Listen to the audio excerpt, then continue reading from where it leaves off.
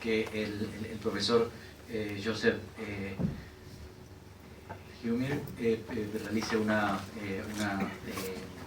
sesión académica vinculada sobre la situación actual de Venezuela y sobre el futuro que avisora para ese país. Antes de él hablará la embajadora Elisa Trotagamos y cerrará el acto el diputado Waldo Wolf. La idea es más o menos que esta sesión dure aproximadamente 1 hora, preguntas incluidas, así que siendo viernes pasadas las 6:30, así que bueno, comenzamos en estos momentos. La embajadora Elisa Trota es venezolana, hija de argentinos, nacida en Caracas, abogada por la Universidad Central de Venezuela y con maestrías 2 en Estados Unidos. Aquí en Argentina desde 2011 has fundado la Alianza por Venezuela, una red de organizaciones aliadas de venezolanos que ayudan a la integración de la comunidad de ese país en Argentina. El 29 de enero de 2019 de este año fue nombrada por la Asamblea Nacional representante diplomática de Venezuela ante la Argentina y ese mismo día fue recibida como tal por el presidente Macri. Pocos días después, el 12 de abril, el Ministerio de Relaciones Exteriores y Culto de la Nación le otorgó las credenciales que le acreditan como representante del presidente de la Asamblea Nacional y del presidente encargado de Venezuela, Juan Guaidó, en nuestro país. Gracias.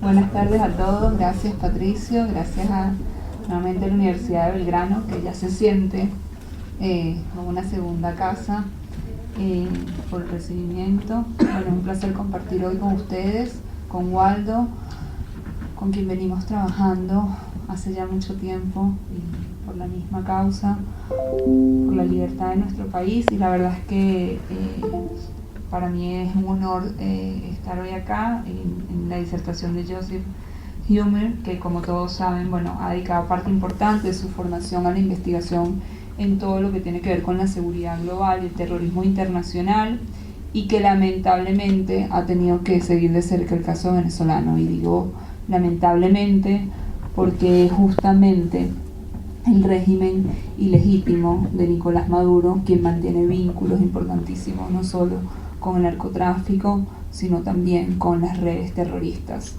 Tiene una relación directa y está amenazando la seguridad regional y la seguridad global por las estrechas vinculaciones que se mantienen.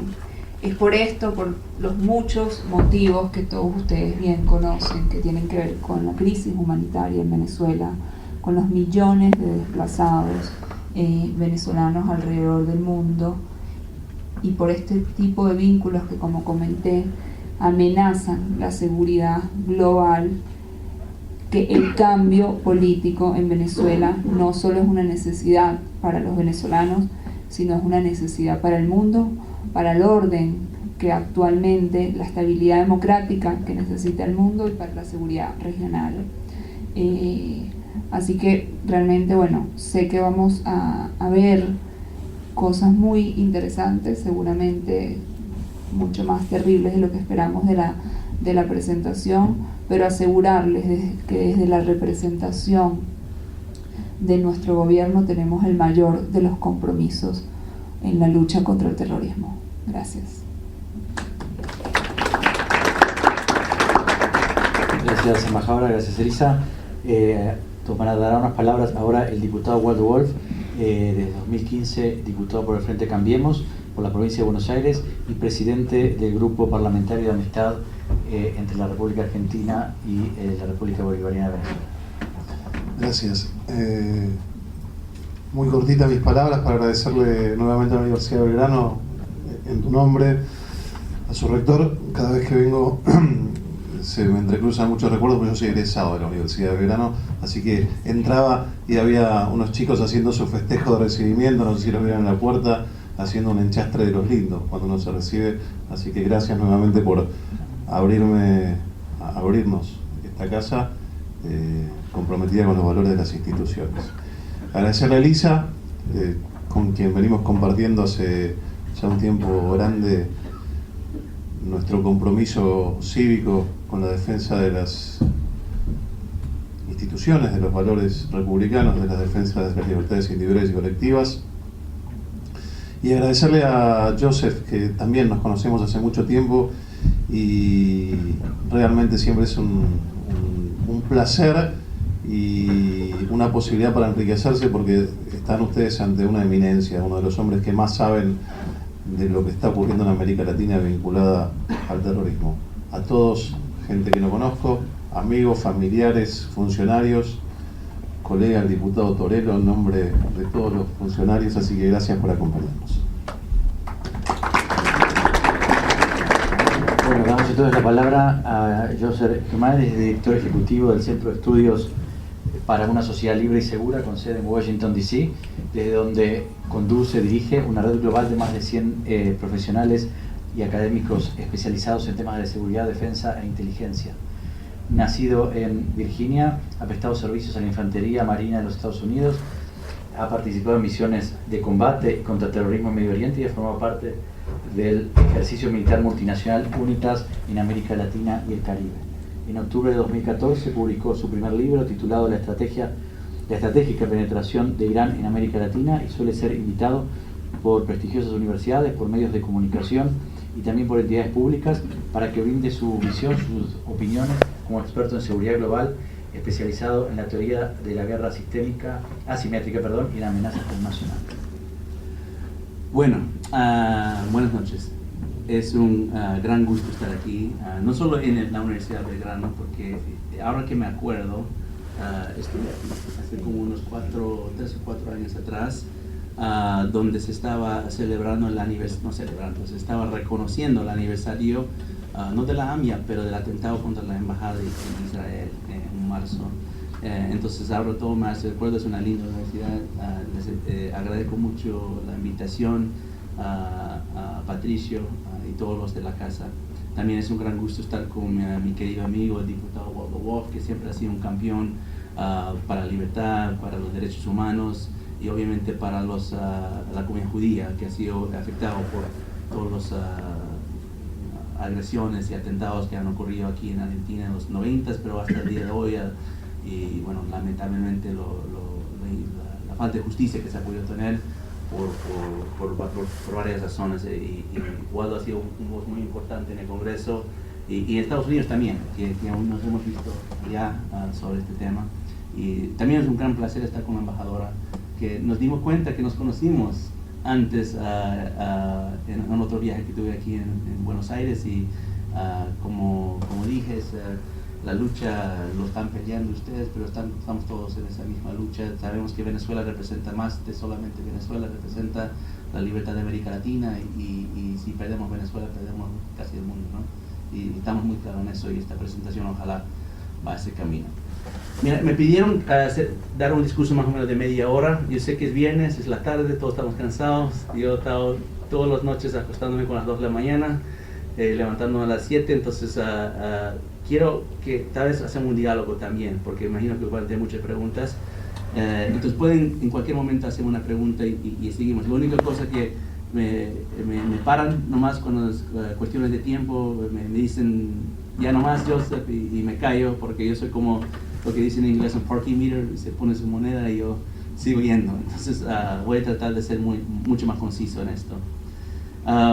Esta presentación que les voy a dar hoy es una especie de una presentación que ya he dado varias veces en América Latina y en Estados Unidos, que en realidad empezó en octubre del año pasado, cuando la inteligencia militar de mi país, Estados Unidos, me invitó a dar una briefing, una presentación cerrada, porque se estaba considerando la política de potencialmente designar a Venezuela dentro de la lista de países que aportan terrorismo.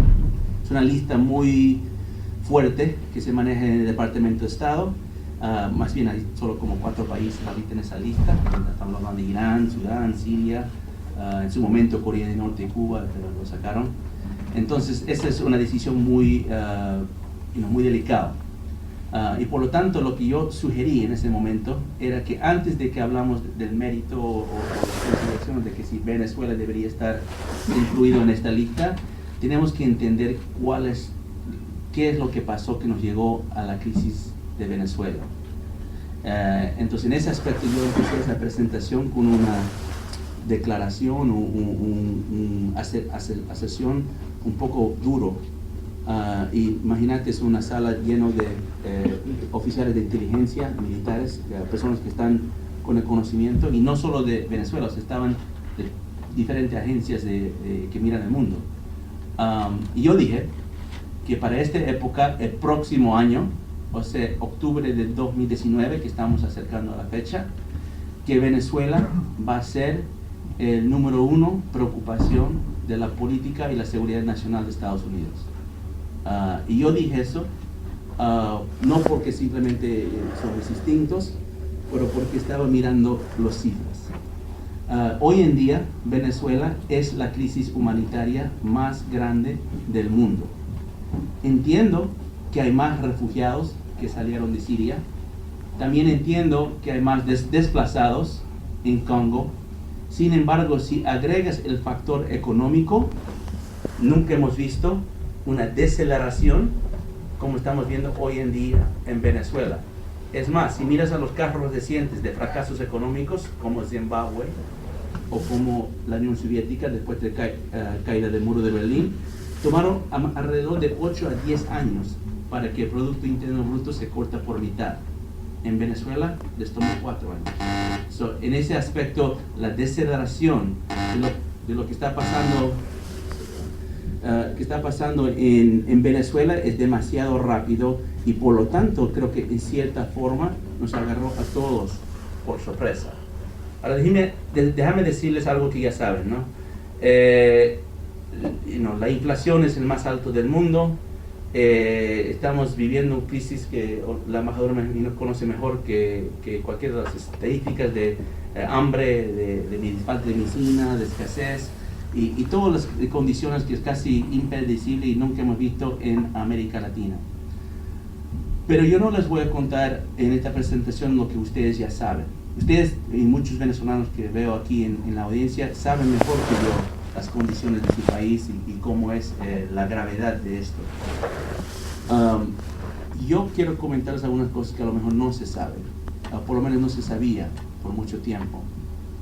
Y quiero empezar con algunas premisas. La primera premisa es que esto no se trata simplemente de socialismo.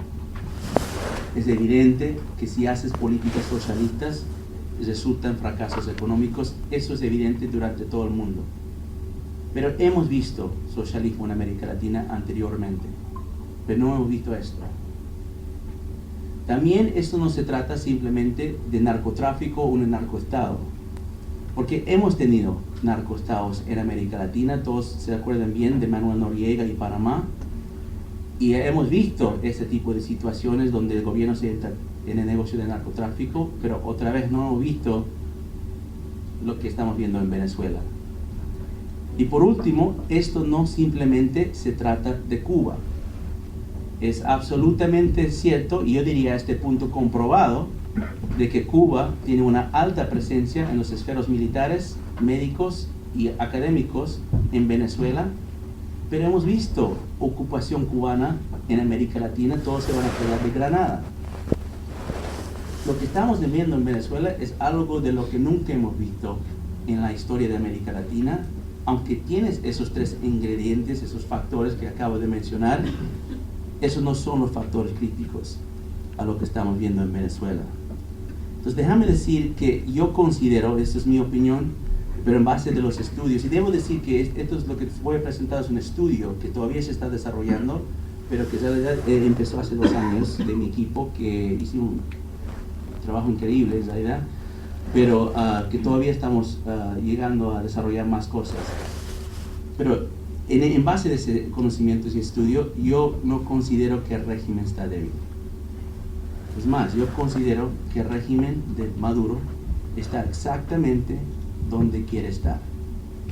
Y ellos han aprendido durante toda esta trayectoria de saber cómo controlar el caos, porque saben bien que si controlas la inestabilidad, tú no eres inestable, pero los demás sí.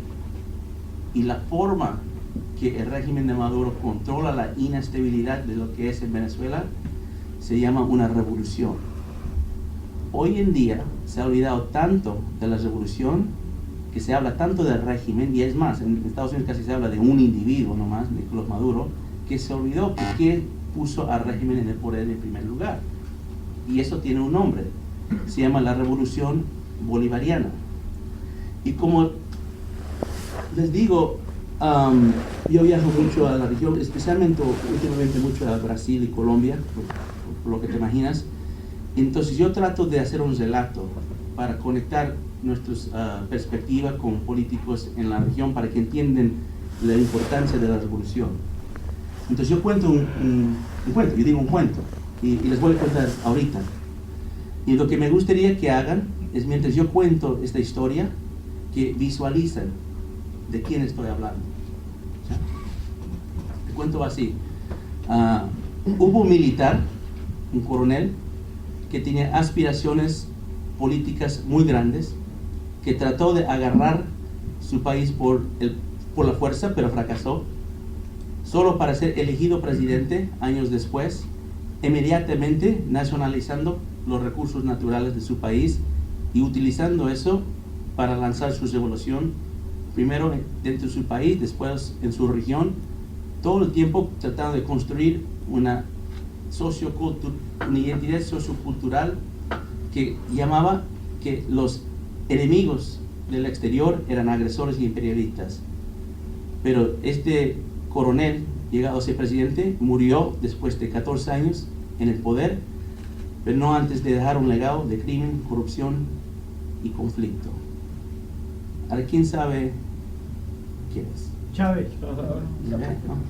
En América Latina, esa historia lo conocen, los venezolanos saben, este no es un libro nuevo, ¿no? Pero yo me refiero al coronel Gamal Abdel Nasser, porque la similitud entre Nasser y Chávez va más allá de simplemente una historia que es compartir a la letra, pero es una conexión que tiene historia y migración. Hay redes que están conectadas con Venezuela que hasta los mismos venezolanos no lo conocen, y parte del legado de Hugo Chávez es borrar la memoria de los venezolanos y redefinir la historia de lo que pasó en Venezuela. Entonces hay que recordar quién es Gamal Abdel Nasser. Más allá de ser el presidente de Egipto, Nasser era el líder del movimiento pan-árabe nacionalismo que dominó la política y los conflictos de Medio Oriente por la mayoría del siglo XX, que tuvo sueños, que logró de unir una región bajo esta identidad pan-arabismo. Acuérdense que logró tener en la República Unida Árabe por 10 años, uniendo Siria a Egipto bajo su política sin una invasión militar. Nasser también ha hecho varias políticas y alianzas a nivel internacional, donde él empezó a empujar a Inglaterra y Francia fuera de Medio Oriente. Y es más, la revolución iraní, que es más reciente, empezó en 79, no hubiera tenido el éxito que ha tenido si no hubiera habido los antecedentes de la revolución árabe que instalaron las condiciones en Siria, en Líbano, en otros países de la región para que Hezbollah nazca. Entonces, esto es algo muy importante que mi equipo ha desarrollado un conocimiento muy grande, pero en vez de escucharlo solamente de mis palabras, no de Joseph, me gustaría que lo escuchen de las palabras del Señor mismo. Ojalá este video funcione, no lo probé, vamos a ver si no funciona. Que nos ha concedido por las informaciones tan valiosas que nos ha ofrecido. Muchas gracias. Y te digo más despidiéndome. Yo reconozco en el presidente sirio, mi hermano, humilde y grande, Bashar al-Assad, como uno de los más grandes líderes, de los más grandes y nuevos líderes que este mundo árabe necesita. Que Dios lo cuide. Y cuídenlo ustedes, y apóyenlo, y ojalá vayan surgiendo nuevos liderazgos en el mundo árabe y se vayan uniendo de nuevo, de verdad, los pueblos de Arabia. Yo humildemente lo digo y ustedes me perdonan, me siento un árabe más, me siento un sirio más. Yo tengo en mis venas, así lo siento, sangre árabe. Nos honoramos de esto. Muchas gracias. Ya. ¿Qué quiere decir Hugo Chávez cuando dice tengo sangre árabe? Evidentemente no creo que tiene sangre árabe, de lo que yo sepa, pero él significa que entiende la historia del mundo árabe y lo conecta con la historia de Venezuela de una forma que está vinculado a la historia de las dos regiones. En esa misma hay varias entrevistas, hay varios documentos que tenemos en vivo, lo vamos a publicar en el debido momento, pero dentro de todo eso hay un momento que Chávez habla de figuras. En esa misma entrevista habla de figuras que son importantes en el mundo árabe, principalmente en Siria. Hay un señor que se llama Sultan Pasha al-Atrash, que a lo mejor para muchos en Venezuela no significa mucho, pero él es un señor que es conocido como el libertador de Siria, porque cuando los otomanos llegaron y querían conquistar a Siria, él peleó en contra del Imperio Otomano y más bien ganaron, o se lograron que Siria nunca sea conquistado por los turcos. ¿Cuándo fue eso? 1900, hasta 1905 a 10, ¿no? Principios del siglo XX. Y Sultan Pasha al-Atrash llegó a conocer como un héroe libertador del pueblo de Siria.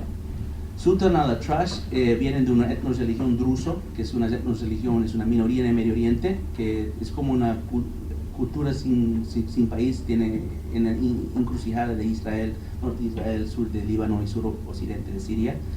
Y por lo tanto es parte de una historia que está vinculada directamente con la migración a Venezuela. Pero lo que Chávez hizo es, él usó lo mismo que hizo Nasser, usando figuras y símbolos y conceptos como la Gran Siria, y lo interpretó para su versión de panamericanismo.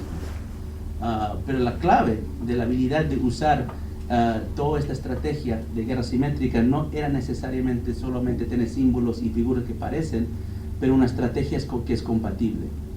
Y ahí es donde difiere mucho con lo de Cuba, porque Cuba fue una estrategia en base de la guerrilla. La revolución bolivariana era una estrategia en base de la insurgencia, que es distinta en términos de conceptos y en términos de, académicos.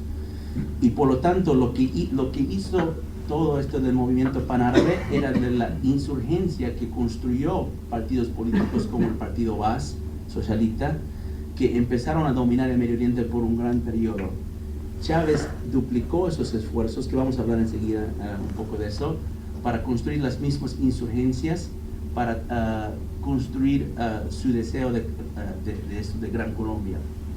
Y una de las figuras más importantes en la origen de la revolución bolivariana, usando el método de insurgencia, es Zaidan Amin al-Aissami.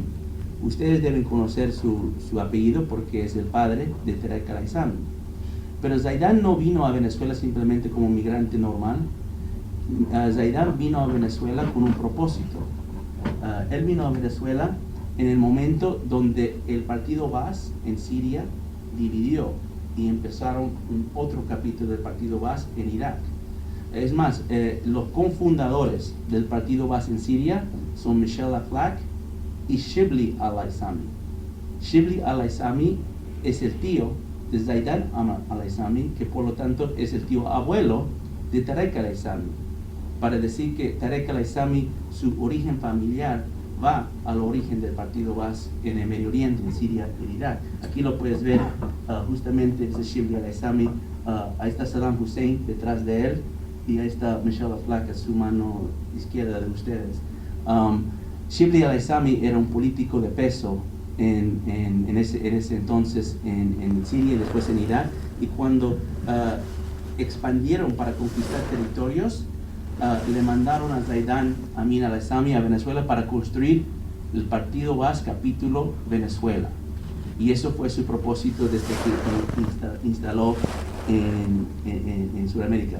Ahora, estoy repasando la historia un poco rápido para agarrar el tiempo, porque también quiero hablar un poco de la migración, que es muy importante.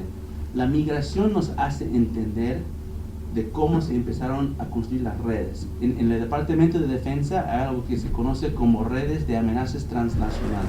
Es más, toda esta semana prácticamente de la Cancillería, en el Ministerio de Seguridad, en el Ministerio de Defensa, estamos hablando de redes de amenaza transnacional. Eso significa no solo crimen organizado, no solo terrorismo, pero todas las redes que construyen diferentes formas de amenazas y una convergencia en ellas. Dentro de ahí la migración es un tema muy importante.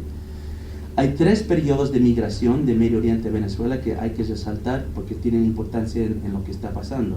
La primera es del año 1880, empezó en los años 1880, y esta migración era durante la época donde el Imperio Otomano estaba empezando a decaer de su poder y había más agresión, principalmente en contra de los maronitas cristianos que se empezaron a huirse de esa violencia y llegar a América Latina. Principalmente llegaron a 3 países, Argentina, Colombia y Venezuela. Entonces se empezó una cadena de refugiados en ese momento, en el siglo XIX. Llegamos al siglo XX, el segundo periodo de migración importante es del año 1915 a 1920, que es conocido por el genocidio de Armenia.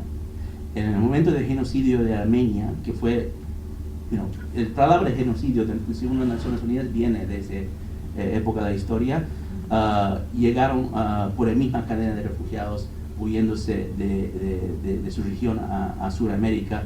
Es más, una razón que lo llamamos turcos, o le llaman turcos en Venezuela y en América Latina, es porque los turcos, los otomanos, manejaban la cadena de documentación. Entonces muchos no tenían documentos, entonces tenían pasaportes de Turquía, aunque no eran turcos, eran de Armenia o de Líbano o de otra parte de la región. La última periodo de migración importante es de 1960 a 1970, más reciente, y eso es durante la subida, pleno periodo del movimiento panárabe nacionalista y la subida de las dictaduras de Siria y después la guerra civil del Líbano, más allá. Y este periodo, estamos ahora hablando del tercer periodo de migración masiva a América Latina, la cadena de refugiados ya fue infiltrado. Algo que se llama en inglés un rat line, una ruta de evacuación o una ruta clandestina, ya fue formado. Entonces, más bien es la misma ruta que tomaron los nazis después de la Segunda Guerra Mundial para venir a Sudamérica. Esta es una ruta construida para mover, no terroristas o individuos, para mover redes y desplazar a diferentes comunidades. En este aspecto, en este momento llegaron algunas personas muy subversivas que realmente no conocemos realmente quiénes son, pero le planteo uno en la historia de Venezuela que van a conocer bien, que se llama Nehemet Chagin Simón, o como se conoce en Venezuela como Simón el Árabe. Simón el Árabe es más conocido porque en esta época de los 60, los Partido Comunista de Venezuela estaba chocándose mucho con las Fuerzas Armadas de Venezuela. Es por eso Cuba, después que conquistó su revolución y su isla, inmediatamente se puso sus ojos en Venezuela, pero Venezuela es muy distinto geográficamente que Cuba. Lo que funcionó para capturar una isla no necesariamente va a funcionar para capturar un país con un ecosistema y geografía muy distinto. Entonces, la estrategia de guerrilla no funcionó. Las emboscadas para atacar a los militares no logró, al punto de que el gobierno de Venezuela encarceló a los líderes del Partido Comunista, Teodoro Pecado, Márquez y todos los demás, y los puso en la cárcel de San Carlos. El señor que les fugó de la cárcel de San Carlos es Nehemet Chagin Simón. Construyó literalmente el túnel debajo de la cárcel y les sacó de la cárcel, pero no simplemente les liberó a los comunistas de la cárcel de Venezuela, les cambió su trayectoria. Le dijo en palabras muy sencillas: deja esa bobada de Cuba, no funciona. Nunca funcionó en Angola, no funcionó en Bolivia, nunca va a funcionar fuera de una isla. En vez de atacar tus militares, haz lo que hicimos en el Partido BA. Infiltra a tus militares y después usa esa fuerza armada para capturar tu país y después usar tu país para expandir tu revolución. Y esto tiene conceptos muy distintos que gente de contrainsurgencia entiende muy bien. Entonces, en este aspecto, él cambió la trayectoria de la revolución bolivariana para que empiece a llegar a tener la MBR 200 y la compartimentalización de las redes. Esa palabra en la doctrina de o de insurgencia es importantísimo: compartimentalización. La habilidad de infiltrar algo es la habilidad de dividir tu propia red y usar parte de tu red para infiltrar tu oposición con peleas fabricadas. Eso es lo que hizo el Partido BAS en Siria. Entonces, esa habilidad de instalarse en las Fuerzas Armadas de Venezuela fue parte de la estrategia para llegar a su poder hoy en día. Pero lo más interesante, yendo un poco más recién, no es la migración histórico, pero la migración más reciente, porque hay un último periodo de migración que no mencioné, que es la migración no de Medio Oriente a Venezuela, pero de Venezuela a Medio Oriente. Desde 1999, casualmente, hay un crecimiento de 650% de migración de venezolanos al Medio Oriente, que históricamente es al revés. Principalmente al Líbano, Siria, hasta el punto donde en Siria hay una ciudad en el suroccidente de Siria que se llama As-Suwaida, que tiene, esto es un censo un poco antiguo, es de 2010, pero según ese censo dice que 65% de la población de la región de As-Suwaida son venezolanos sirios nacidos de Venezuela. Una región donde se habla español, donde se come arepas, donde se baila salsa y se vive como venezolano en el pleno corazón del Medio Oriente. Entonces, esa cadena es lo que se construyó para instalar lo que se llama esta red de amenaza transnacional, que tiene varias habilidades de mover dinero, materiales, individuos y otras cosas más. Y esto me lleva, estoy adelantando mucho, pero esto me lleva a lo que estamos donde hoy. Un poco la historia de migración para que entiendan que eso nos tiene que llegar a tener conceptos claros y concisos sobre lo que estamos viendo en Venezuela. De parte de mi país, Estados Unidos, muchas veces hacemos este error donde miramos al mundo en los lentes que miramos a nosotros. Pensemos que todos operan bajo un modelo democrático. Entonces todos deben tener un presidente, vicepresidente, ministro, generales, y eso es la función de poder. Y es más, ahora creo que en la región hay ciertas palabras que fueron popularizadas que, aunque tienen significativo, yo creo que a veces también nos confunden sobre la realidad. Una de ellos es la palabra narcoestado, que yo no soy muy fan de esa palabra porque creo que limita a la perspectiva de lo que es Venezuela. Hay un concepto que creo que es apropiado para utilizar en el desafío que estamos viendo para buscar una solución a la crisis de Venezuela, que es el concepto de un historiador americano que se llama Robert Paxton. Robert Paxton estudió periodos de totalitarismo. Estudió los nazis de Alemania, los fascistas de Italia y hasta fue atrás en la historia para estudiar el imperio de Japón, para entender qué pasa cuando, más allá de criminales y qué pasa cuando hay una subestructura que llega a crecer en poder al punto donde tiene más poder que la estructura oficial, el famoso Estado dentro de un Estado. Entonces, él lo denominó un Estado paralelo. Y Estado paralelo está dividido los poderes no en función gubernamental, pero en territorio geográfico. Entonces, yo creo que cuando miramos a Venezuela, tenemos que entender la división geográfica de lo que es Venezuela, cómo cambiaron las Fuerzas Armadas para controlar regiones en vez de funciones, y las mafias o los criminales que manejan diferentes formas de actividad ilícita entre oro, contrabando, petróleo, narcotráfico, armas, que si lo haces un estudio, están divididos específicamente por su región de origen. En mi centro estamos haciendo este estudio para desarrollar un mapa de lo que es el Estado paralelo de Venezuela, para entender exactamente a qué dirección va a ir y cuál es su propósito. El otro punto que quiero hacer con esto es, si aceptamos que este Estado paralelo está vigente, por lo menos, entonces tenemos que dejar de mirar a las instituciones normales en un país democrático como parte de la solución. Y esto y tengo mucho respeto a la institución de la Fuerza Armadas de Venezuela. Es más, tuve uno de mis primeros encuentros cuando era marín, era con la Armada de Venezuela. Entonces, y además que Chávez era presidente, pero la Armada todavía está un poco profesional. Pero hoy en día, las Fuerzas Armadas de Venezuela ya no es lo que era en las 90s o lo que al principio del siglo, es una Fuerza Armada muy distinta. Si podemos apreciar que PDVSA, otra institución muy importante en la historia de Venezuela, ya no funciona como institución, y si el presidente Guaidó asuma el poder mañana, tiene que reconstruir PDVSA para que llegar a producir el petróleo como lo hacía antes.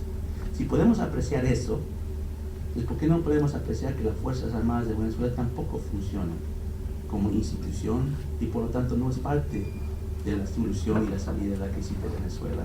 Es más, el hecho de que tienes un uniforme y un rifle no te hace militar. Cuando tú vas a combate, te tienes que aprobar en varias pruebas para decir que estás listo físicamente, mentalmente y técnicamente para entrar al combate. O sea, el mantenimiento de tus equipos, el liderazgo de comando control, muchas cosas. Los generales en Venezuela no tienen esto y eso creo que fue muy comprobado recientemente. Entonces yo creo que es un error mirar a las Fuerzas Armadas de Venezuela como parte de la solución, cuando desafortunadamente han sido parte del problema. Pero ¿qué es lo que quieren lograr? O sea, ¿qué es todo esto para qué? ¿A qué dirección van a ir? Bueno, están ahora utilizando Venezuela como un país periférico para otros conflictos que estamos experimentando en el mundo. Justo hoy, estaba en CNN hace unas horas atrás, hablando de estos buques de Inglaterra que fueron incautados por Irán. O sea, Irán está incrementando sus agresiones. Esto fue hoy, fue hace unas horas atrás. Es el segundo buque que Irán ha incautado. Y obviamente hay una tensión. Yo tengo entendido que el canciller Mike Pompeo está regresando directamente a Washington por este tema. Y estamos viendo un momento tenso.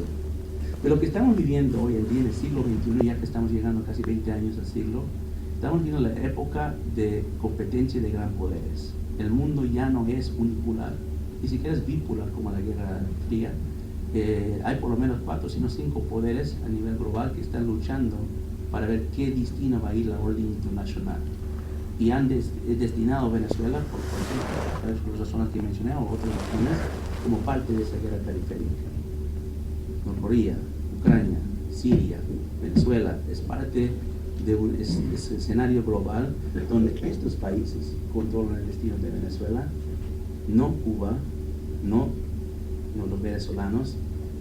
Los venezolanos de cierta forma fueron secuestrados en esta situación, y si entendemos que en un secuestro, el secuestrado casi nunca se libera de su propio secuestro, que necesita apoyo. Y el mapa internacional, geopolítico que estamos viendo en Venezuela en este momento son grupos que Estados Unidos ha designado como terroristas, controlando las zonas estratégicas en las fronteras y en las áreas donde hay los más grandes recursos naturales, grandes reservas de petróleo en el mundo, 4 reservas de oro en el mundo, todo controlado por 4 poderes que quieren dividir Venezuela. Quieren dividir Venezuela para poder expandirlo, a capturar más territorio. La idea es reconstruir Gran Colombia, pero lo van a hacer no con ejército, no con fuerzas armadas. Y cuando digo lo van a hacer, no es los chavistas, lo va a hacer Irán, Rusia, China y Turquía. Lo va a hacer con, como dijo ellos, drogas, terrorismo, inmigrantes. Quieren borrar las fronteras para poder poner un reto al concepto de Estado soberano. No vas a cambiar el orden internacional si no cambias el concepto del Estado soberano desde el Paz de Westfalia de 1648. Entonces, el desafío que estamos llegando hoy en día es una lucha entre grandes poderes donde el mundo tiene que decidir. Quieren ir a la orden internacional democrática que hemos vivido en la segunda parte del siglo, o quieren cambiar el mundo y ir a otra parte desconocida hasta el momento. Pero esto tiene razones estratégicas también para los enemigos de Estados Unidos, porque el canal de Panamá maneja alrededor del 60% del comercio exterior de Estados Unidos. Si tenemos conflictos en el canal de Panamá, como tenemos en el estrecho de Hormuz, no es permitido. Entonces las áreas marítimas, porque las fronteras no solo son físicas, también son marítimas y son espaciales. Las áreas marítimas hoy en día en el Caribe están en disputa. Están en disputa entre Nicaragua y Venezuela, Nicaragua y Colombia, perdón, Nicaragua y Colombia, entre Venezuela y Colombia, entre Venezuela y Guyana, y por lo tanto eso es lo que está haciendo Rusia y China. Están empezando a construir la disputa para decir dónde termina y dónde empieza el país de Venezuela para expandir territorio. Y termino con esto. Entonces vamos estrategia, ¿no? Y yo no quiero criticar a nada o a nadie, porque a mí en realidad esto, para a todos, a mí, a todos, nos agarró de sorpresa. Nadie estaba preparado para esto. Y cierta parte de lo que pasó al principio yo diría, del mandato del presidente Trump, porque ahí se cambió un poco la política exterior, era la perspectiva sobre Venezuela. Empezamos con una perspectiva de Venezuela, era un narcoestado con ocupación cubana. Eso era el pensamiento, y un narcoestado con ocupación cubana. Hemos visto Granada, hemos visto Panamá. Hay maneras que podemos presionar a la salida de esto. Entonces la estrategia era muy sencilla, era quitar toda la legitimidad del régimen de Maduro, y principalmente el Nicolás Maduro mismo, usando herramientas diplomáticas como la OEA, pero otras, y también quitar la estabilidad financiera, no financiamiento lícito, pero ilícito, bajo sanciones y presión económica, hasta el punto donde llegas a la fractura donde va a haber opciones de salida. Y lo que empezamos a ver es que nunca salió esas opciones. Entonces lo que yo planteo es que la premisa estaba incorrecta. Tal vez lo que quiere el régimen no es simplemente poder, tal vez lo que quiere el régimen es avanzar su revolución mediante conflictos.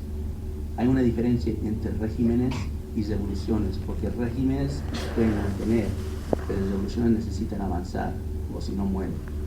Entonces en este momento el régimen de Nicolás Maduro está dispuesto a sacrificar su propio protagonismo para avanzar en su revolución de conquista de territorio hasta el punto que pueden fracasar su propio régimen. Y eso es un concepto muy distinto a lo que hemos manejado hasta el día de hoy, pero desafortunadamente es una estrategia que está haciendo no solo en Venezuela. La misma estrategia lo tienen en Bolivia, la misma estrategia lo tienen en Nicaragua, y quieren cambiar el mapa geopolítico de América Latina para que las rutas de comercio y las rutas de migraciones ya no sean las mismas.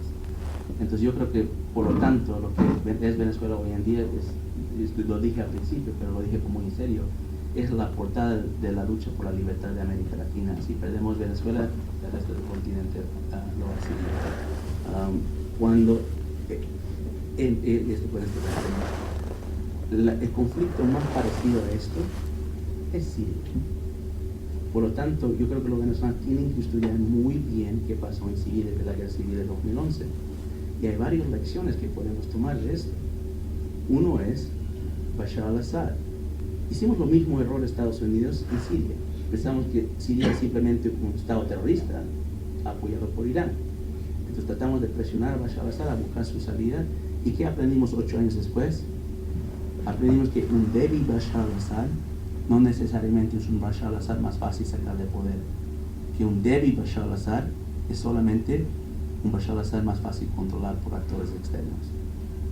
Hoy en día, Siria es un país con los más altos refugiados del mundo, controlado por Rusia, Hezbollah, Irán y más Turquía, que está experimentando un control del Medio Oriente que nunca se ha visto en mucho tiempo, y con una ocupación permanente de estos países. Esa descripción también es Venezuela.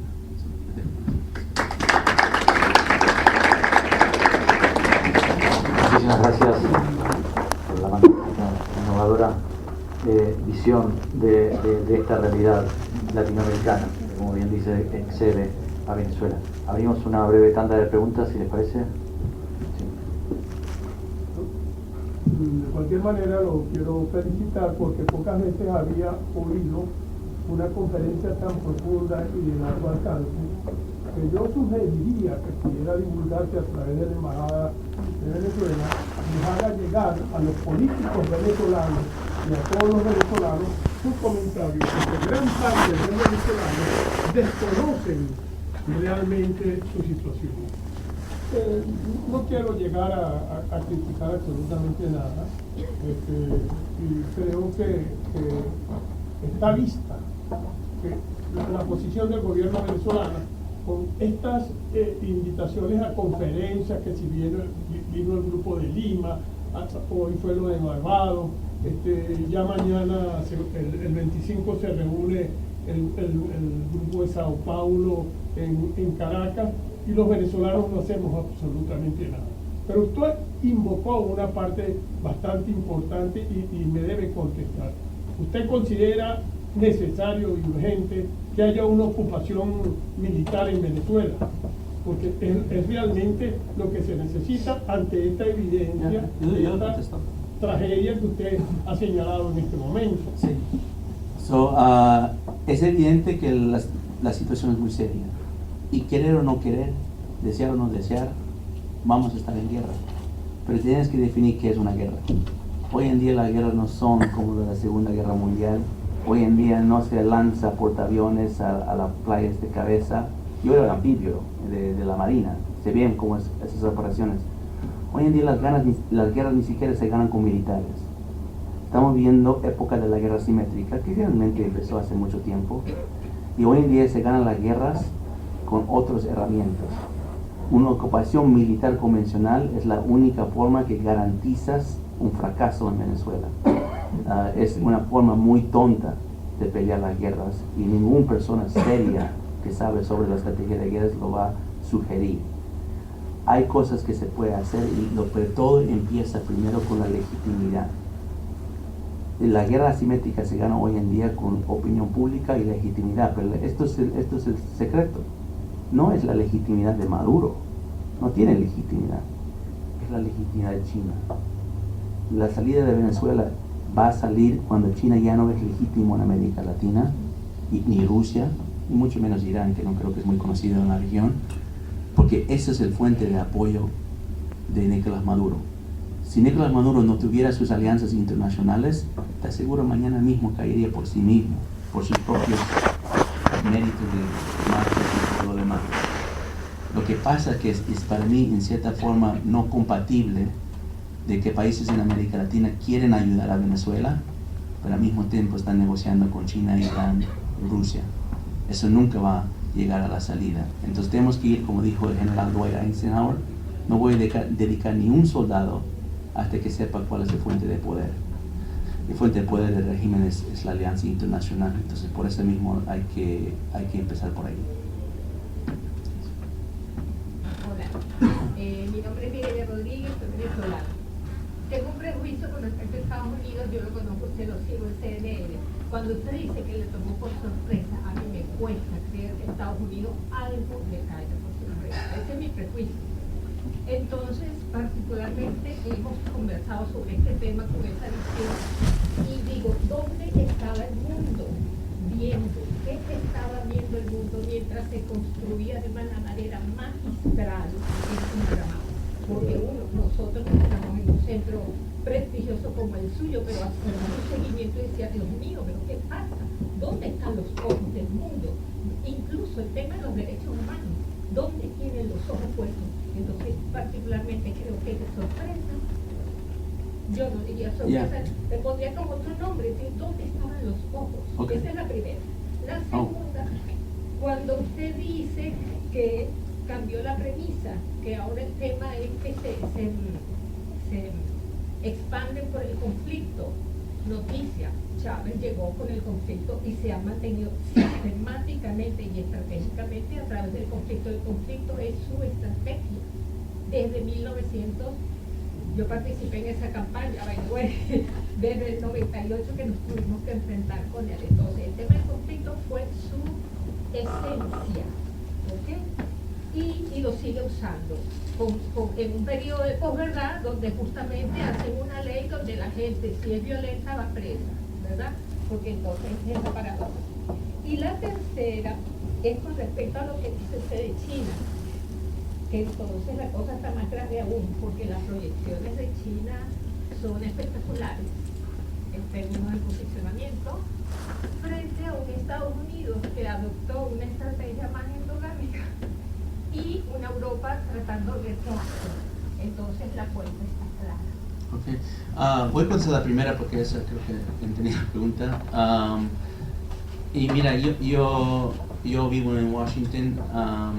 Te aseguro que en la inteligencia hay un dicho que se dice: sabemos lo que sabemos, pero no sabemos lo que no sabemos. y a veces hay vacíos. Y yo creo que parte son cuestiones de prioridad y cuestiones de preguntas, ¿no? En inteligencia no hay otro dicho que dice que no hay mala inteligencia, hay malas preguntas. Si no haces las preguntas apropiadas, no vas a llegar a la información necesaria. Y yo mismo, sin hablar de la inteligencia, porque no estoy en el sistema de inteligencia, pero en mis investigaciones, yo estoy investigando estas redes por 10 años, digamos, ¿no? Solo fue en los últimos 2 años que yo empecé a entender un poco esto. ¿Y qué pasó? Usamos Tarek El-Aissami, por ejemplo, porque yo estudié muy bien su red de financiamiento ilícito. Al principio me preocupaba dónde está su banco, dónde está su testaferro, dónde está esto, dónde está toda la parte táctica, cuál es su posicionamiento en el régimen y todo. Hasta recién dije, no sabes, esas preguntas no creo que son suficientes. ¿De dónde viene su familia? ¿Dónde nació su padre? ¿Cómo llegó su padre a Venezuela? Esas preguntas me llevaron más o menos a la dirección para abrir mi mente a lo que puede ser una manera. So, yo no creo que hay que pensar que Estados Unidos tiene perfecto esto en ningún sentido, pero también yo considero personalmente autocrítica de mi país es de que nuestra política exterior ha sido muy desorientada. América Latina no ocupa una prioridad en la política exterior de Estados Unidos de mucho tiempo, y especialmente después del 11 de septiembre de 2001. Como mis amigos y colegas en defensa me han dicho que Joseph, tenemos dolores de cabeza en Venezuela o en América Latina, pero tenemos migrañas en Medio Oriente, o sea, cosas pasando diarios que son guerra.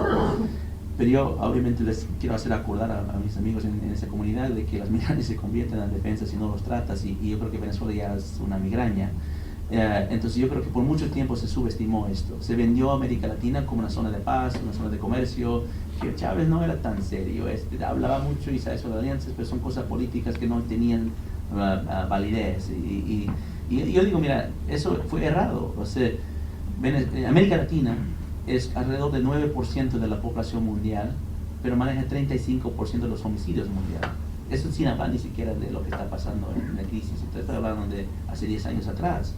Entonces Venezuela siempre, América Latina siempre ha sido una zona de conflicto, no es un conflicto convencional de guerra, es de estos redes de amenaza. Entonces yo creo que esa es una gran parte de nuestra desorientación, pero y para aplaudir un poco de mi gobierno, nunca he visto la atención a la región de América Latina en mi poco tiempo trabajando estos temas desde este gobierno del presidente Trump.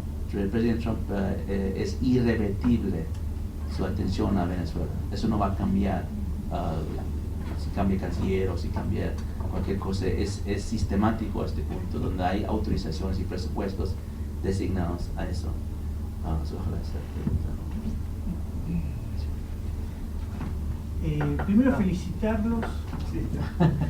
Lo que les pido, así preguntamos todos, hacer preguntas cortas, así lo aprovechamos. Correcto. Lo que pasa es que es un tema que da para mucho, y mucho, y tendría que ser por lo menos de 2 horas. O 2 horas. Le prometemos que vamos a hacer otra. Lo que pasa es que temas tan importantes como este, o posiblemente el más importante en este momento en Latinoamérica, no se puede hacer de una hora o de media. Bueno, el tema Venezuela yo lo sigo hace mucho tiempo, hace 1 año y medio, todavía en la época de Chávez. Yo tengo escritos, más allá que usted esté de acuerdo o no esté de acuerdo, acá hay mentes pluralistas y todos tenemos el derecho de opinar porque vivimos por ahora, gracias a Dios, en democracia. ¿Hasta cuándo? No sé, al ritmo que vamos.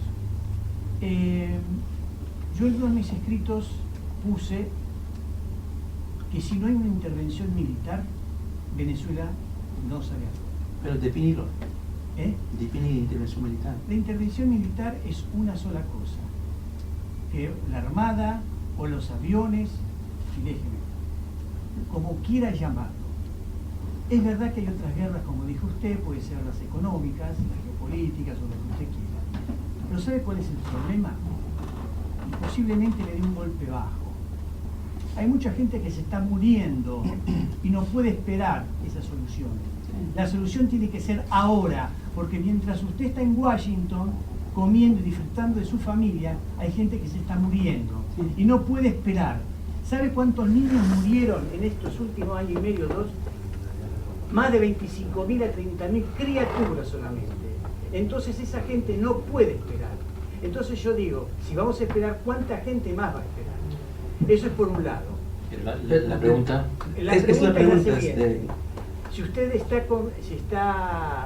¿qué opinión tiene de una intervención militar y qué opinión tiene de la señora Bachelet, que todavía no hemos tocado el tema Bachelet, y del tema Bolsonaro, y el tema de toda América Latina, que todo el mundo habla, pero nadie hace nada? Okay, déjame decir algunas cosas. Uno es que, para ser muy Y claro... yo no soy de derechos humanos, Dale. Yo no soy de derechos humanos. Adelante. Sí, muy claro en esto. Hacer nada no es opción. No malinterpreten lo que dije. Dejar que las cosas pasen, seguir hablando, seguir reuniendo, no, así llegamos aquí. Acabo de decir que en mi país se subestimó Hugo Chávez. Es más, en Washington le llamábamos a Hugo Chávez los que estaban el Lord Voldemort de Harry Potter. Es la persona que no se podía decir su nombre, porque decía su nombre en una reunión del Departamento de Estado, algo, todos te decían, oh no, se la vas a provocar. ¿Cómo le vas a llamar? Era una cosa distinta. Hacer nada no es opción. Para hacer algo tonto es el fracaso. Las guerras se ganan no con esto, se ganan con esto. Tenemos que ser más inteligentes. Te digo algo, tu definición de la intervención militar no es lo que se usa hoy en día en las más altas esferas de las guerras. Todo guerra es asimétrica. Irak fue asimétrica, Siria es asimétrica, Somalia fue asimétrica. Miramos Irak, por ejemplo, ¿no? Irak es una guerra tonta. Nos engañaron para que nos metemos en Irak. Pasamos ya 15 años o no sé cuánto después, ¿y qué pasa? Controlado por Irán.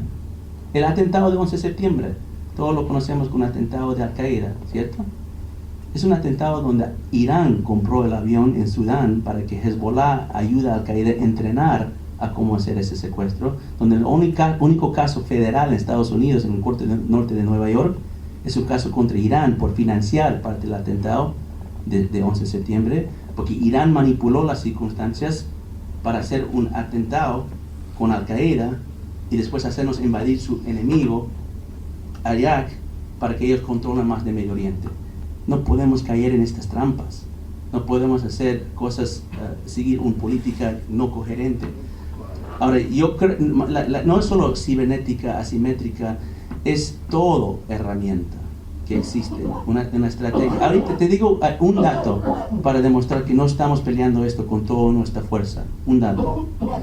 Si tú vas a dar cuenta cuando Estados Unidos está como listo para realmente entrar en este conflicto, cuando tú ves el presupuesto aumentar de los medios estatales como Voz de América.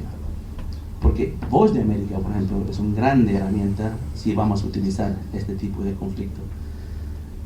Es un punto. Segundo es, mire, yo no soy venezolano, yo no vivo en Venezuela, no quiero pretender que yo conozco el sufrimiento, no lo he vivido, ¿no? Sí conozco guerras, he estado en situaciones y zonas muy, muy delicadas. El sur de Irak es muy sufrimiento, pero no quiero desprestigiar lo que están sufriendo los venezolanos, y no creo que a todo ser humano les rompe el corazón.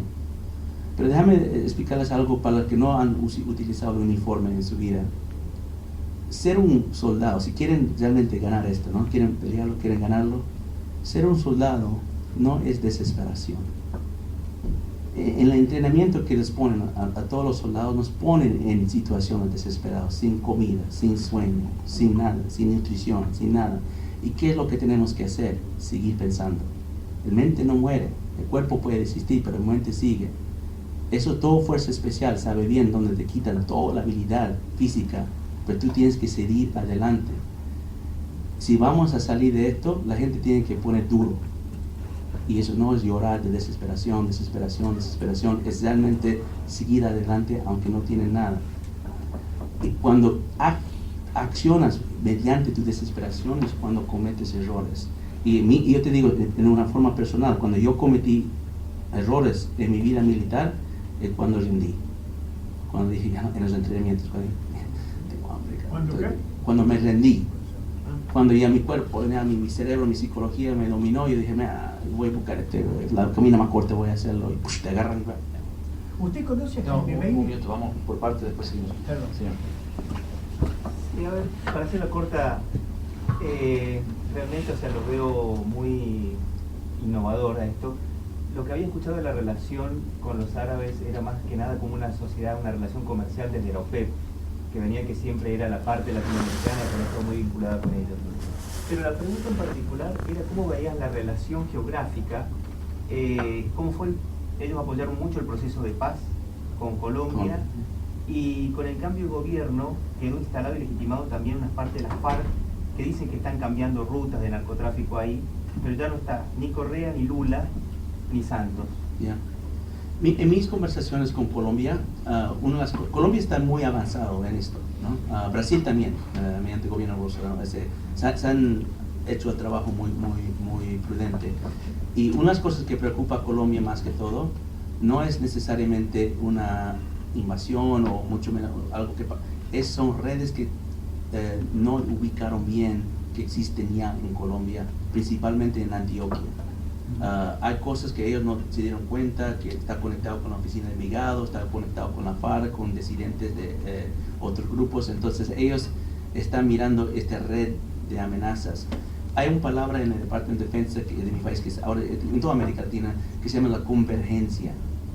Es la convergencia de estas redes, y eso creo que en Colombia se está poniendo muy evidente. Entonces ellos están muy preocupados de que si algo pasa, se va a levantar una superinsurgencia más grande de la FARC, que va a empezar su conflicto allá. Pero de los medios tengo algunas cosas más que quería mostrar. No, rapidito. Mira, esto no es muy... A vos con todo lo que dijiste que entrenaste, te voy a decir que no. No, pero quería mostrar algo que yo creo que para que conocemos más o menos lo que se dice redes oscuras, redes que no tienen nombre, que no sabemos exactamente quién. Ghazi Nasreddin, ¿no? Ghazi Nasreddin, una figura que yo considero muy importante en Venezuela, y me hiciste pensar, porque dijiste Colombia, que el señor mucho está en Colombia, República Dominicana y México. Su nombre completo es Ghazi Ater Salemi Nasreddin Abu Ali, ¿no? Él llegó a Venezuela en el 94, la familia de Isla Margaritas, y ellos llegaron a capturar un poder económico para lanzar. Él llegó a ser ministro consejero en la embajada venezolana en Siria, después diplomático político en la embajada de su país de nacimiento en Líbano. Para saber quién no sabemos, ¿no? Analizamos su nombre. Ghazi es un título que significa guerrero, Ater es el nombre de su papá, Salemi es el nombre de su clan, Nasser, nacionalismo, Din es una ciudad en Líbano, Abu Ali es hijo de Ali. Es un pseudónimo, un nombre de guerra, de guerrero de Líbano, que está operando, que no sabemos exactamente quién es, porque una de las cosas creo que más se ha visto es la documentación. Esto es muy preocupante porque Venezuela ha utilizado sus servicios migratorios en vez de neutralizar o defender de estas redes de amenazas entrando a su país y la región, los invitó y los legitimizó. Para cualquier oficial de inteligencia es un sueño tener un gobierno legitimizar tu cobertura.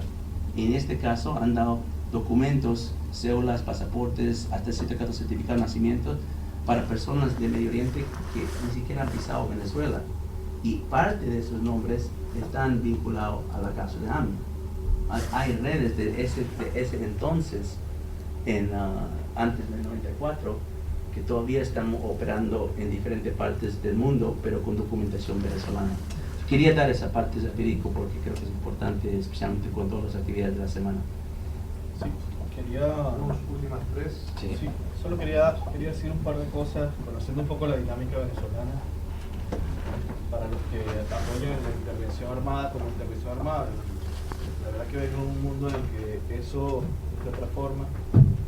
Pero bueno, solo iba a decir algo, que el 10% de las unidades de batallas del chavismo, en el momento antes de la declaración de la posibilidad de una intervención armada, solo se presentaban en las reuniones de los fines de semana en las unidades de batalla del chavismo, el 10%. Después se presentaron 90% de los que estaban en lista. Eso significa que lo que hizo la declaración de la posibilidad de una intervención armada fue unir más a estas unidades. Segundo, para definir un poco el tema de los tiempos, el satélite venezolano Simón Bolívar, satélite de tecnología iraní, lanzado con plataformas chinas, con software iraníes. Fue lanzado gracias a que un determinado gobierno de América Latina le prestó el haz satelital, la ruta. ¿Saben qué gobierno fue? Argentina. Bien, ese satélite tiene, y de buena fuente lo sabemos, altas unidades de inteligencia para el rastreo de un montón de cosas. Y es operado de China, con una subestación en Venezuela. Luego, quería decir que para estos movimientos, el tiempo de los gobiernos es muy pequeño. El tiempo de estos movimientos es enorme. Y ahí viene mi pregunta. ¿Cuánto tiempo pasó desde el momento en que Irán compró el avión hasta que el avión se estrelló, el 11 de septiembre? Es buena pregunta. 5 años, algo así. Bien. ¿Cuánto duró un gobierno americano? ¿Cuánto duró el gobierno americano? ¿Cuánto dura? 4 años. Oh, 4 años. Solo quería decir eso. Fácil la pregunta. No, pero eso de Guárico... Sí, tiene que ver, lo que quería decir es que tiene que ver con que hay que hacer una estrategia que sea supragubernamental, y eso es lo complicado. Bien. Pregunta.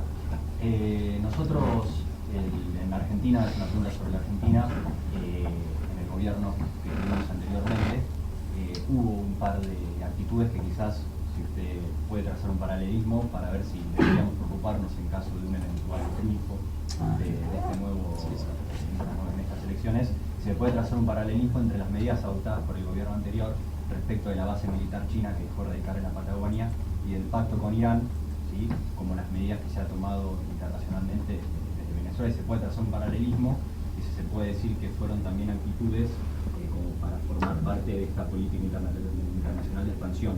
Parte y como dije, toda la presentación, todo esto hoy en día funciona bajo redes, ¿no? Es la palabra clave, son redes, algunos son redes gubernamentales, otros son redes no gubernamentales, redes ilícitas, redes oscuras. Es una ciencia más o menos que se está empezando a entender. Otro dicho, muchos dichos en esta presentación, otro dicho militar es que los expertos hablan de estrategia, pero los profesionales hablan de logística. Entonces las redes que unen mayormente a todos son las redes logísticas, y dentro de ahí hay una logística militar. Y hay la conexión entre todo lo que estás hablando del gobierno anterior de Argentina, el gobierno de Venezuela, el gobierno de Irán, son las industrias militares. En Irán se llama MODAFO, el Ministerio de Defensa de Armed Force Logistics, en Venezuela se llama CABIM, y aquí creo que se llama Fabricaciones Militares, ¿no? Entonces hay que estudiar eso muy bien, las alianzas de acuerdo que hicieron entre la logística militar de todos estos países. Y hay un país que yo considero más peligroso que Venezuela y a lo mejor más importante para Argentina porque la proximidad es Bolivia. Bolivia tiene todas las condiciones de Venezuela, pero está mucho más protegida. Y Bolivia tiene un centro nuclear que hay que revisar muy bien cómo están avanzando, porque cuando se lanzó el proyecto bolivariano, la alianza, todos los países dentro de la alianza empezaron sus programas de centro de investigaciones de energía atómica. La venezolana no se fue a ningún lado, la ecuatoriana ya diferente, la boliviana avanzó. Ahora donde tiene un centro de investigación financiado y con Rostam de Rusia, y tienen un reactor experimental que lo van a poner vigente en 2021. Yo creo que deben mirar muy bien eso, porque eso es algo que podría llegar a ser preocupante si el gobierno de Evo no cambia de postura. Primero que nada quiero felicitarlo por la presentación, muy buena, pero hay algo que me llamó la atención que no mencionó y que yo como amateur he estado investigando, que es el coltán. El coltán es el oro azul, el petróleo azul, del cual, por lo que he investigado, Venezuela es el primer, tiene las reservas más grandes del mundo, y la tendencia de Rusia y China.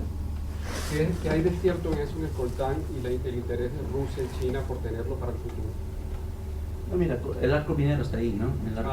El arco minero es un lugar muy estratégico de no solo coltán, oro, hasta uranio, tiene todo tipo de minerales. O sea, Venezuela ha sido bendecido con recursos naturales realmente. El coltán tiene varios doble usos, ¿no?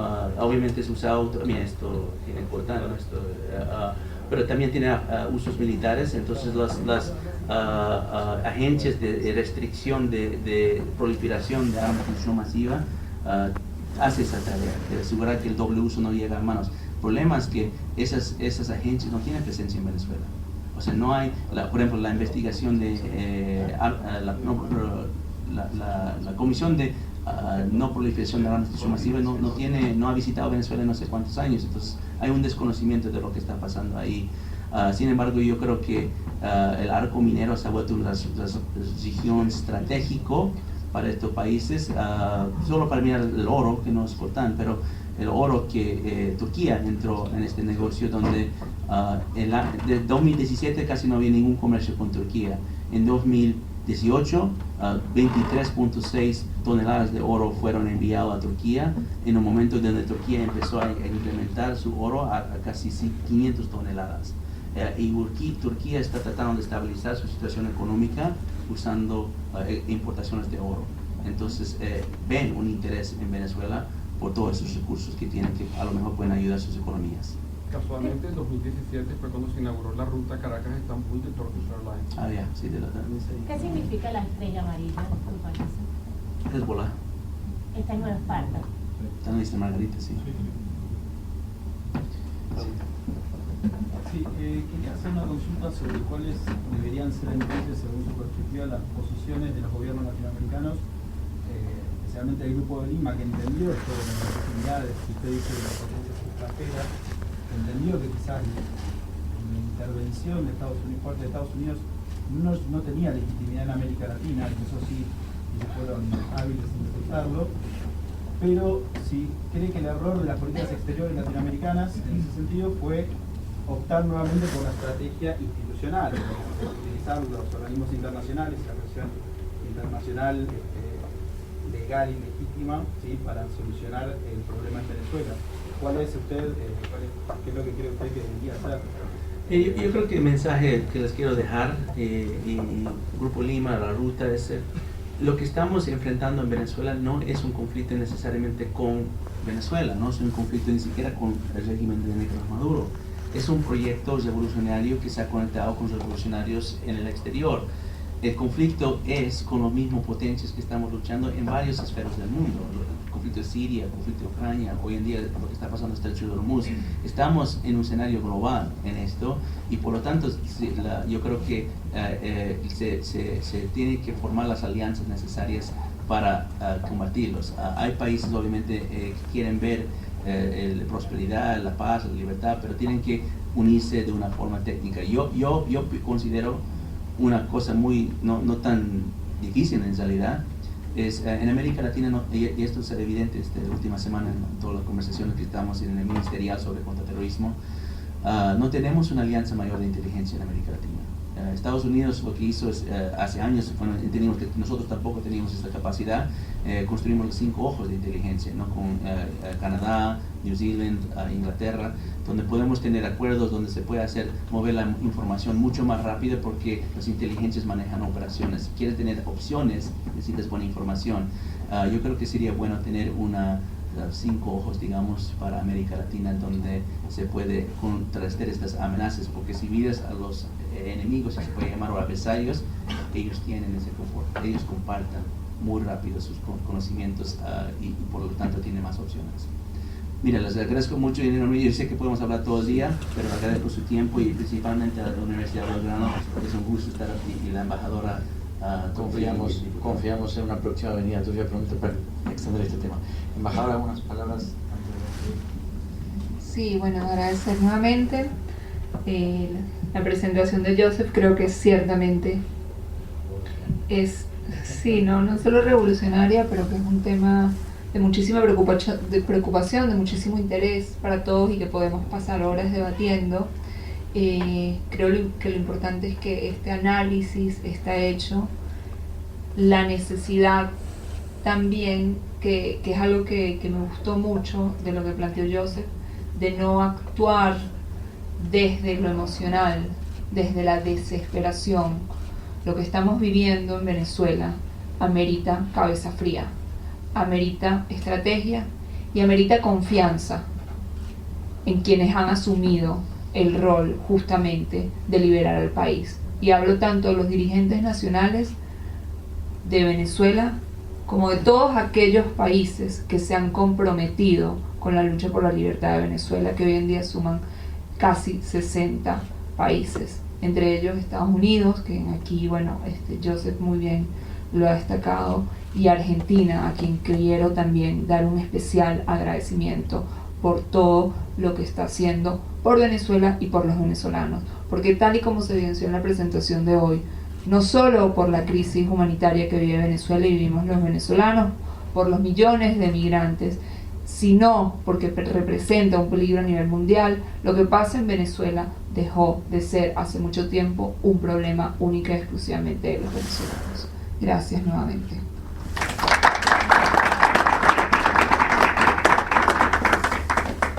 Bueno, para terminar, ya dijimos muchas veces la palabra gracias. Siempre escuchar a Joseph es muy enriquecedor. Son conferencias poco convencionales y nos llevamos mucha información. Cada uno habla de su lugar. Joseph, un analista con formación militar, formación de inteligencia. Yo soy un legislador, soy un diputado de la Nación Argentina.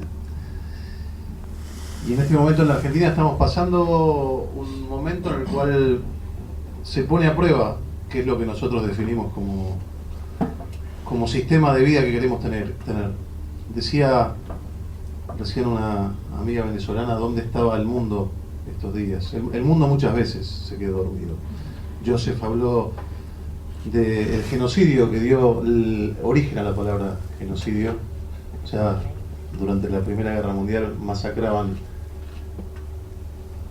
hermanos de aquella región del mundo, de Armenia, sin que el mundo se preocupara. Tanto es así que al día de hoy Turquía sigue sin reconocer el genocidio armenio y muchos siguen coqueteando con Turquía. Yo, antes de ser presidente del Grupo de Amistad Parlamentaria con Venezuela, fui presidente del Grupo de Amistad Parlamentaria con Armenia. Siempre me busco grupos de amistad parlamentario que tienen estas banderas para defender, pero no es casualidad, porque también el mundo estuvo callado y mirando por otro lado mientras masacraban 6 millones de judíos y 20 millones de personas en Europa. Así que el silencio del mundo es endémico y es sistémico, no empezó ahora.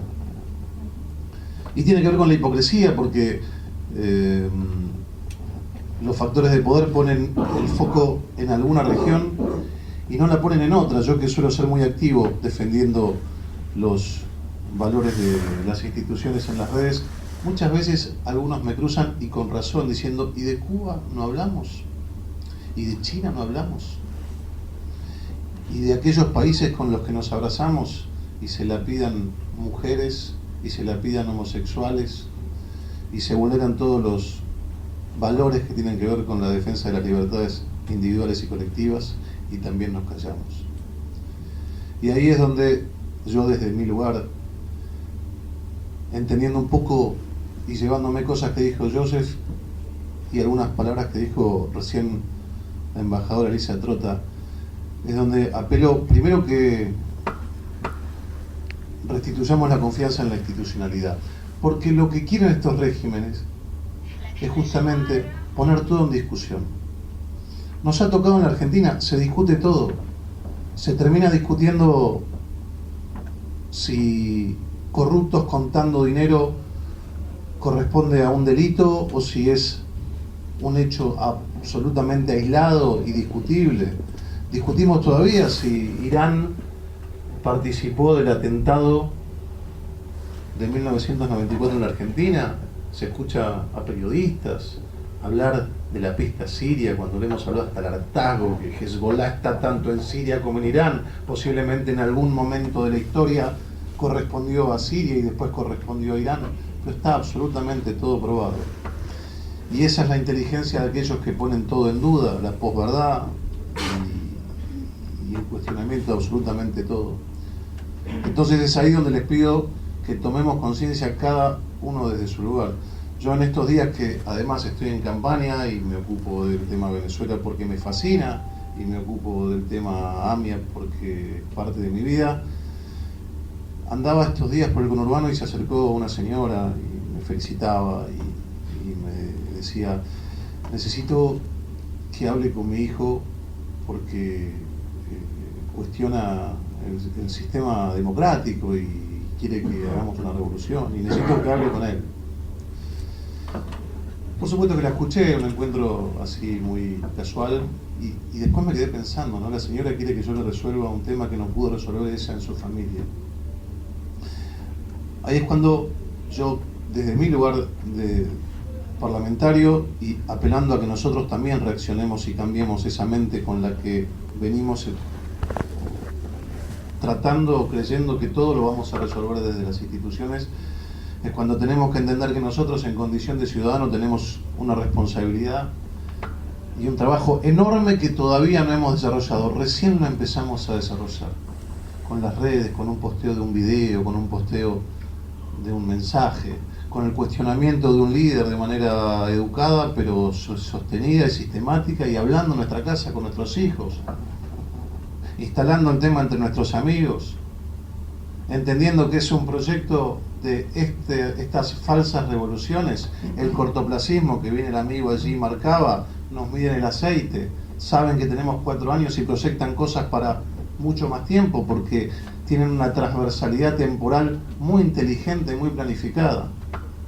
Entonces, manteniendo la cabeza fría, respaldando las instituciones, participando mucho más. Sócrates decía, el riesgo de no meterse en política es que terminen manejándola gente mucho peor que nosotros. Esta es la lucha que tenemos en los próximos días. En nuestro país nosotros nos estamos jugando un sistema de gobierno, pero nos estamos jugando el futuro, porque esta gente cuando llega no se va nunca más. En nuestro país, si vuelve el populismo, van a tener que necesariamente vulnerar el sistema democrático, porque nunca pasó que aquellos que se fueron y tienen causas en curso vuelvan al poder. No tienen otra alternativa que hacerlo. Lo han dicho, lo han escrito, lo han vociferado. Por eso en estos meses, mucho más allá de los cuestionamientos a los temas técnicos de nuestro gobierno, lo que está en juego es el sistema democrático en la Argentina y en la región. No es casualidad que Pompeo esté aquí, no es casualidad que la Argentina con nuestro presidente se alinee con el sistema republicano, con el sistema democrático. No es casualidad algo tan absurdo esto de hablar y mirar para otro lado. Nosotros ayer nos juntamos en la calle Pasteur y conmemoramos el 25 aniversario del atentado a la AMIA, y recién ayer se declaró grupo terrorista Hezbollah. Hace 25 años que está acusado por la justicia argentina. Nosotros también estamos adormecidos. Así que los invito a que cada uno de ustedes también sean embajadores de donde puedan, porque no nos alcanza a nosotros solos. Tómense un ratito, posteen de esto, háblenlo con su familia, investiguemos, vamos a hacer más conferencias, lo vamos a comprometer a Joseph. Hemos agarrado esta bandera y no la vamos a soltar. Gracias.